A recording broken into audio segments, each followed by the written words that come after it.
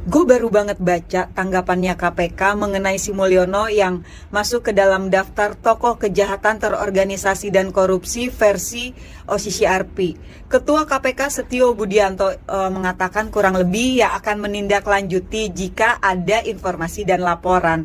Lah kan udah jelas-jelas ya, gue jadi benar-benar gak habis pikir nih. Kan udah jelas-jelas OCCRP ini melaporkan atau menginformasikan berdasarkan investigasi informasi yang didapatkan oleh OCCRP dari jajak pendapat, dari polling, dari laporan-laporan bahwa Jokowi ini salah satu tokoh kejahatan korupsi.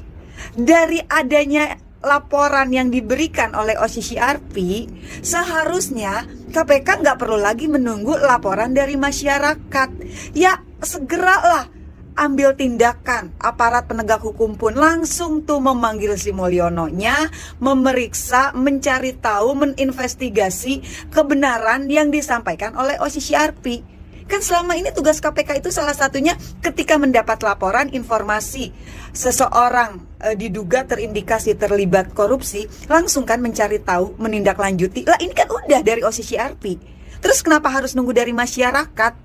Gue benar-benar gak habis pikir.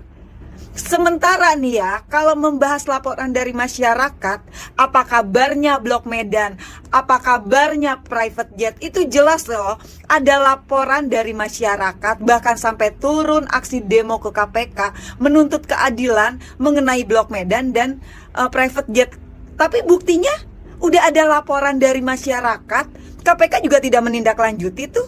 Biasa-biasa aja dengan segala macam alasan begini, begitu, akhirnya nggak bisa ditindaklanjuti. Udahlah KPK itu bukan Komisi Pemberantasan Korupsi. KPK itu Komisi Pesanan Keluarga. Jadi ya seperti ini cara kerjanya KPK. Pakai ngomong, ya menunggu laporan dulu. Kan udah jelas-jelas ada OCCRP yang menyampaikan, yang menginformasikan. Ya sudah, langsung ambil tindakan. Langsung tuh periksa, panggil Sri Mulyono-nya, bener apa enggak. Seperti itu harusnya KPK. Mikir dong KPK, mikir ya. Lu cuman bisa ngurusin Harun Masiku mulu sih. Jadi kayak gini otaknya. Parah banget lu KPK. Lama-lama saya lihat orang-orang seperti Mbak Novi ini bisa stres dan gila guys ya. Jadi kita kasihan, sedih ya melihat kondisi ekspresi kejiwaan mereka yang seperti ini. Mereka menuntut agar KPK segera proses, segera tangkap Pak Jokowi hanya karena berita dari OCCRP ini ya. Nah, bagi kalian terutama pembenci-pembenci Jokowi yang bermimpi agar KPK segera menangkap Pak Jokowi, bisa saya katakan otak kalian bodoh dan tolol ya. Kenapa saya mengatakan seperti itu?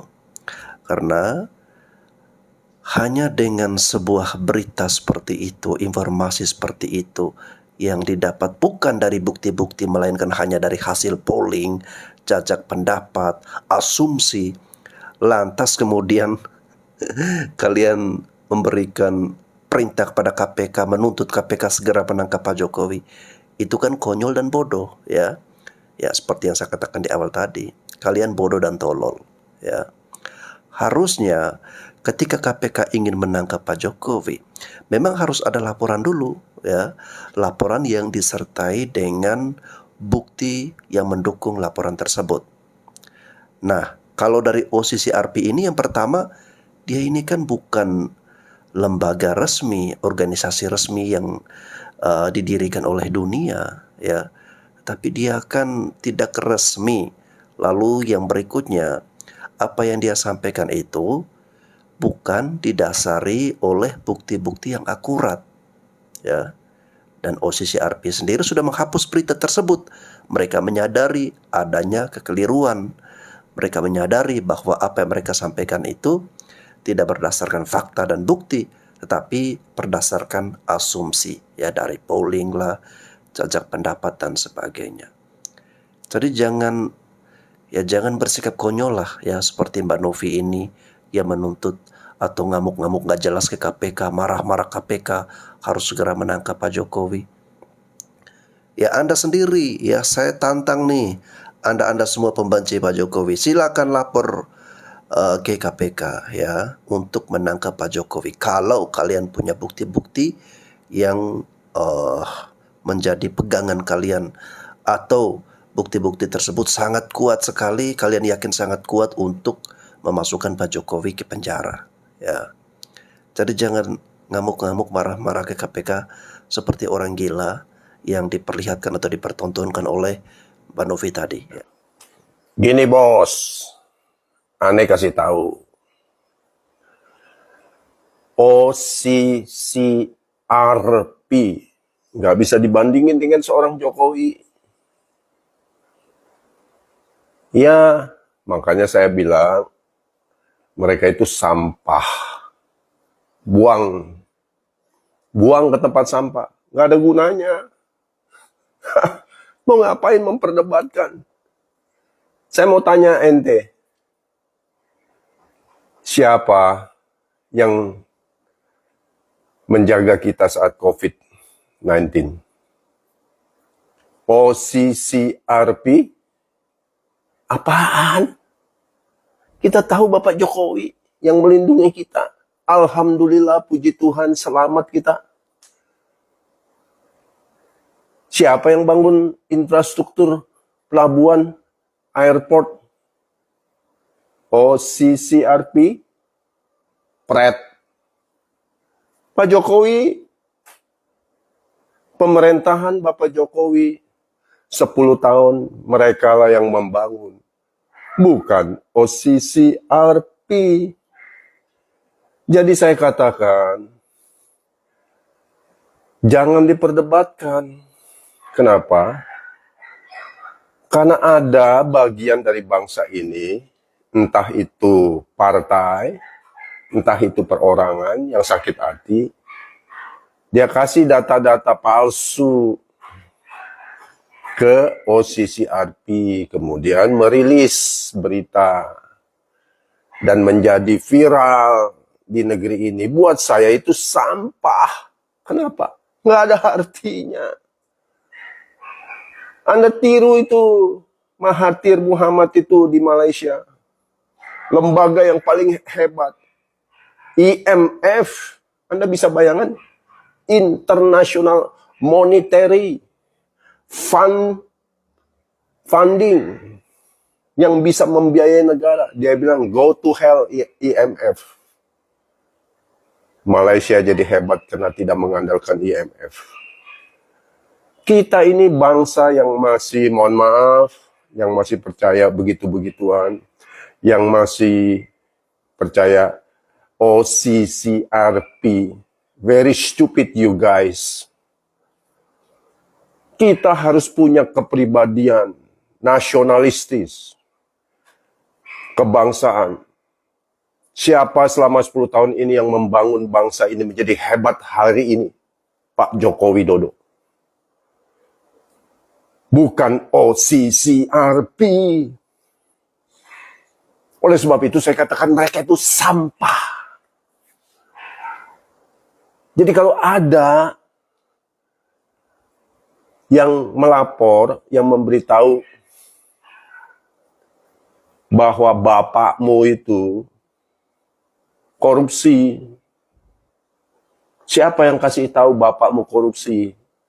Itu loh, ada bule tadi liwat. Dia lihat bicara sama tetanggamu. Masa kamu percaya? Lah yang kasih kamu tinggal di rumah sampai hari ini siapa? Bapakmu. Yang kasih kamu makan siapa? Bapakmu. Yang sekolahin kamu siapa? Bapakmu. Yang beliin kamu motor siapa? Bapakmu. Masa kamu nggak percaya? Masa kamu lebih percaya sama orang bule itu yang barusan liwat? Ketimbang bapakmu yang kasih kamu fasilitas? Disitulah kita berpikir sebagai anak bangsa yang cerdas. Makanya saya memotivasi masyarakat jangan terombang-ambing. Hari ini kita lihat banyak yang galau. Karena sebentar banyak yang ditangkap. Ada nenek-nenek lagi sakit hati. Sama kelompoknya lagi cari jalan bagaimana nama Bapak Joko Widodo ini supaya jatuh. Jangan terlalu moncor menjadi legenda hidup bagi bangsa ini. Ada orang lagi sakit hati sedang mau mencemarkan nama baik Bapak Joko Widodo. Masa kita kagak ngerti? Masa kita kagak paham? Saya makan nasi, Anda kan makan nasi. Saya makan ikan, kan Anda makan ikan. Kita lihat dengan fakta.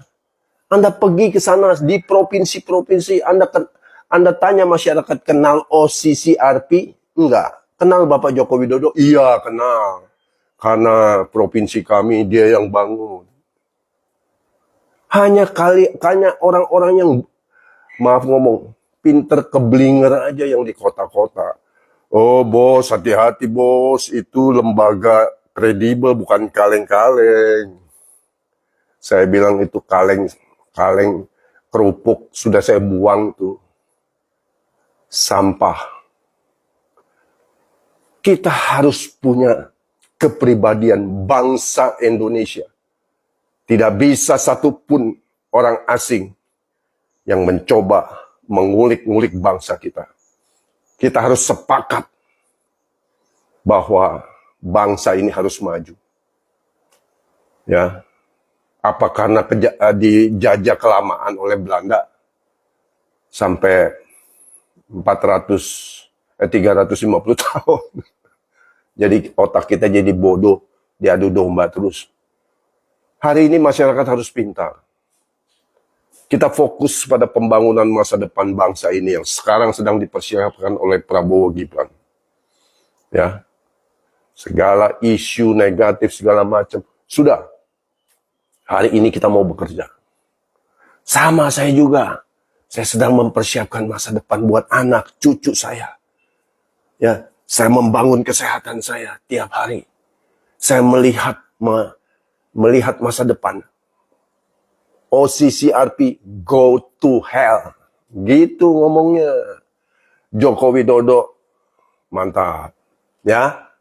Wow, sangat keren, luar biasa, dan sangat tegas ya apa yang disampaikan oleh Pak Tendi Irianto ini.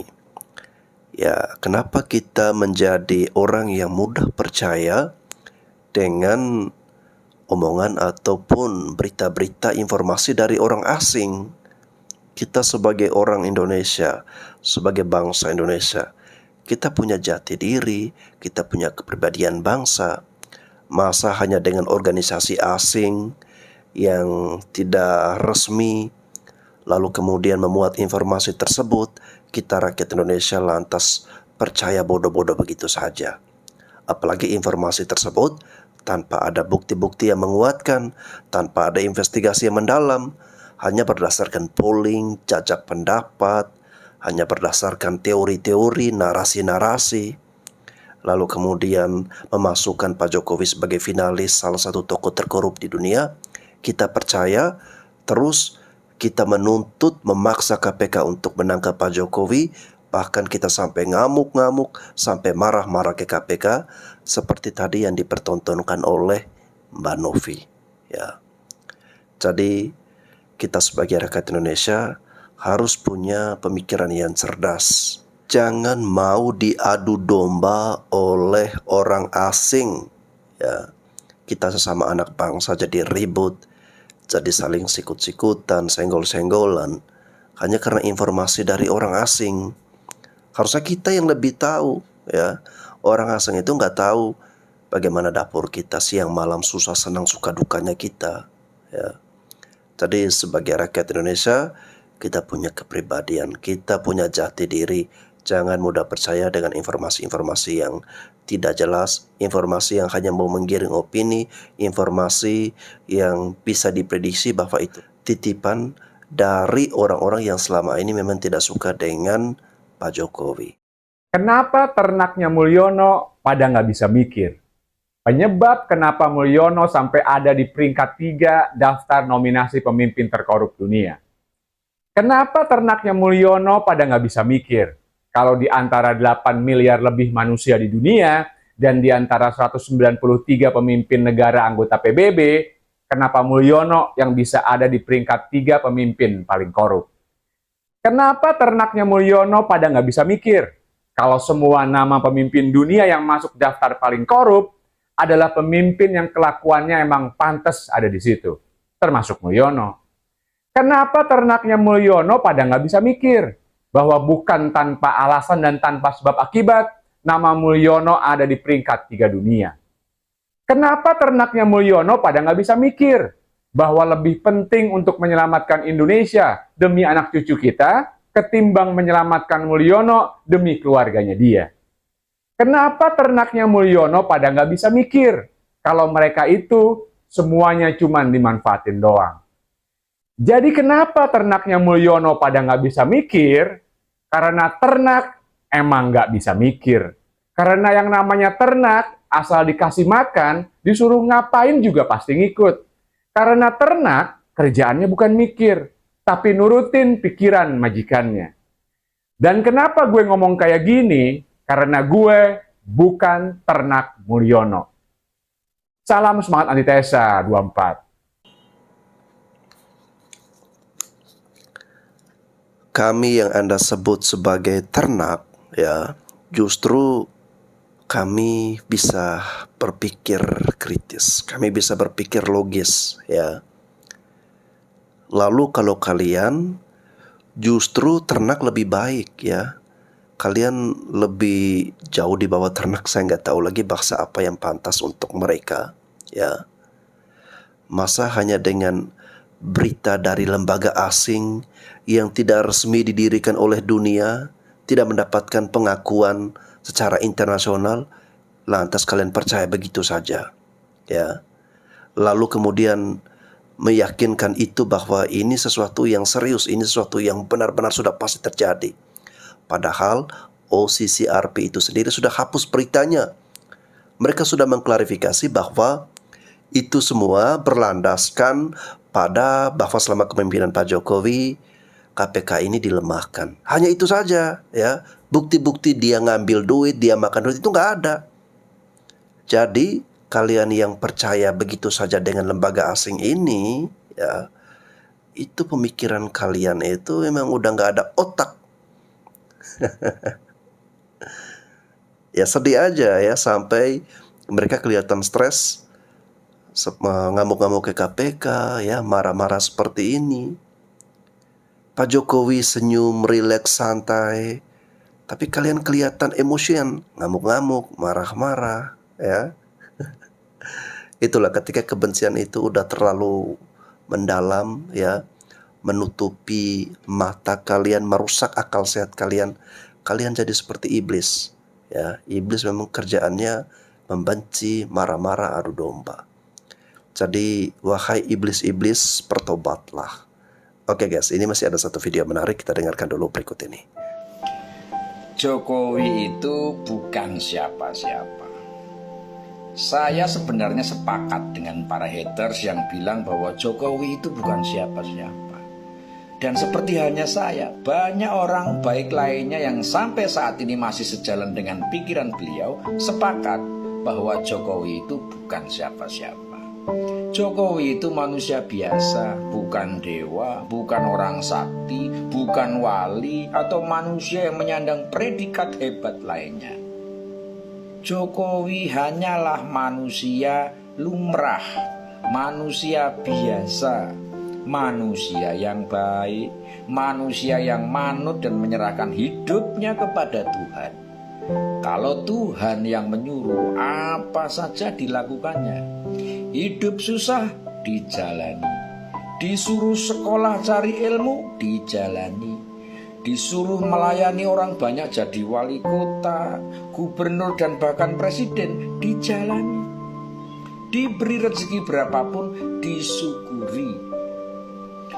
Kalau Jokowi bilang dia bukan bonekanya Megawati, itu benar. Kalau Jokowi bilang dia bukan petugas partai, itu juga betul. Karena memang Jokowi bukan boneka Megawati, tapi bonekanya Tuhan.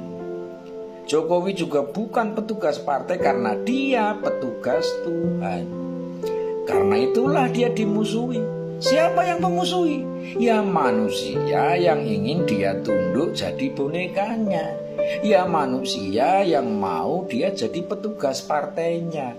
Maka ketika Jokowi tetap taat jadi boneka Tuhan dan jadi petugas Tuhan, tidak ada pilihan dan reaksi yang lebih kuat dan sensasional selain memecat Jokowi dari partai. Terus apa reaksi Jokowi dipecat dari partai? Ya biasa saja. Jokowi marah? Ya enggak lah. Jokowi mau balas dendam? Ya enggak bakal lah. Marah dan balas dendam sama manusia atau sama organisasi itu untungnya apa? Wong yang nyuruh dia jadi wali kota, jadi gubernur, jadi presiden itu Tuhan kok. Tapi kan diusung sama partai. Lah itu kan caranya Tuhan. Cara Tuhan itu kan gak bisa ditebak, gak bisa kita dikte. Kan ada contohnya yang masih fresh. Ada orang miskin, ada orang susah, dimaki-maki langsung jadi kaya mendadak. Cara Tuhan itu unik bos. Cara Tuhan itu menyala abangku. Jadi kalau dibilang Jokowi itu bukan siapa-siapa, itu 100% benar. Tapi kenapa orang seperti Bambang Pacul atau Pak Yusuf Wanandi berani bilang siapapun yang lawan Jokowi bakal kalah? Atau kalau bahasanya Pak Yusuf Wanandi itu modar. Ya karena Jokowi nggak kerja sendiri. Dia itu jongosnya Tuhan yang setia. Saya pakai kata jongos untuk menyenangkan para haters ya. Haters itu happy kalau Jokowi dibully soalnya. Kalau Jokowi bukan bonekanya Tuhan, mana bisa dia selamat sampai hari ini. Yang namanya dihujat, difitnah, diancam, disantet, diteror, itu sudah makanan sehari-hari. Apa Jokowi hancur karena itu? Enggak. Babar belas enggak apa-apa. Boro-boro hancur. Sakit aja nyaris enggak pernah.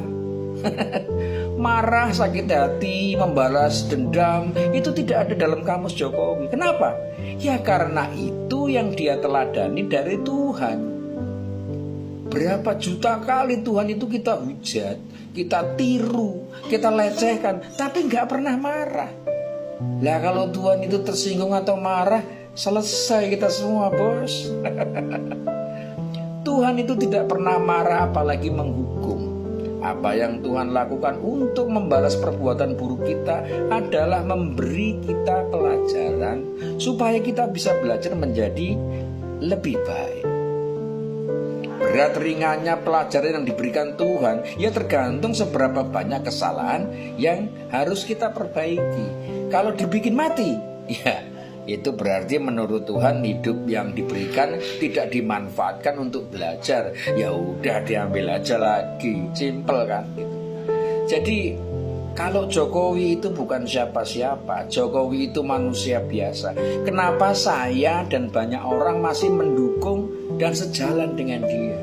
Jawabannya tidak lain dan tidak bukan adalah karena kita semua sama-sama mendukung dan sejalan dengan Tuhan yang menjadikan Jokowi seperti itu. Kalau ada yang masih memberhalakan Jokowi atau menganggap Jokowi itu manusia setengah dewa atau sakti mandraguna, yaitu fans yang baru bisa memaknai secara fisik, belum sampai tahap spiritual. Ya nggak apa-apa, nanti kan paham juga. Jadi Jokowi bukan siapa-siapa. Jokowi tidak perlu ditakuti, tapi takutlah pada yang selama ini menjadikan dan menyuruh Jokowi bertindak dan menjadi apa saja. Tuhan Sang Pencipta yang Maha Kuasa. Tanpa Dia, kita semua juga tidak akan pernah jadi apa-apa. Dan mengutip apa yang disampaikan Pak Jokowi dengan sederhana, nanti waktu yang akan mengujinya, dan waktu adalah milik Tuhan, di mana Dia sendiri yang akan menunjukkan apa yang benar dan pantas buat kita semua. Semoga bermanfaat. Rahayu. Wow, keren sekali penjelasannya. Saya jadi teringat dengan kata-kata yang pernah disampaikan oleh Pak Bambang Pacul. Jangan melawan orang baik karena yang nanti kita hadapi adalah Tuhan. Ya, Pak Jokowi ini sosok yang sangat luar biasa, guys. Meski beliau saat ini sudah tidak menjabat lagi sebagai presiden, sudah menjadi mantan pun, ya, namanya masih terus diperbincangkan. Gerak-geriknya, kelakuannya masih terus disoroti, ya. Padahal mantan presiden kita ini kan ada Pak SBY, ada juga Ibu Megawati, ya. Tetapi menariknya, Pak Jokowi namanya yang selalu dibicarakan terus-menerus. Bahkan ada pihak-pihak yang ingin bagaimana caranya Pak Jokowi ini dihancurkan sehancur-hancurnya. Mereka menggunakan berbagai cara, baik di dalam negeri maupun dari luar negeri. Salah satunya adalah melalui OCCRP ini. Tetapi tidak mempan, ya. Pak Jokowi tetap berdiri tegak, tetap hebat. Dan hal-hal yang seperti itu yang membuat Pak Jokowi ini semakin terus terangkat harkat martabatnya, derajatnya, ya. Semakin harum wangi namanya. Dan kalau dibicarakan terus-menerus, ya, Pak Jokowi akan tetap terpopuler sepanjang hayatnya, ya.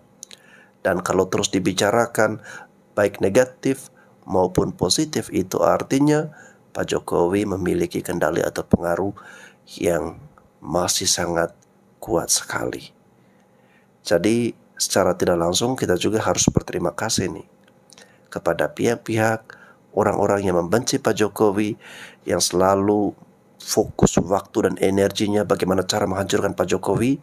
Ya, orang-orang seperti inilah yang membuat Pak Jokowi ini terus atau tetap eksis meski beliau sudah tidak menjabat lagi sebagai Presiden Republik Indonesia. Oke, kita doakan guys ya. Mudah-mudahan Pak Jokowi selalu diberikan kesehatan, diberikan kekuatan. Amin. Sampai jumpa lagi.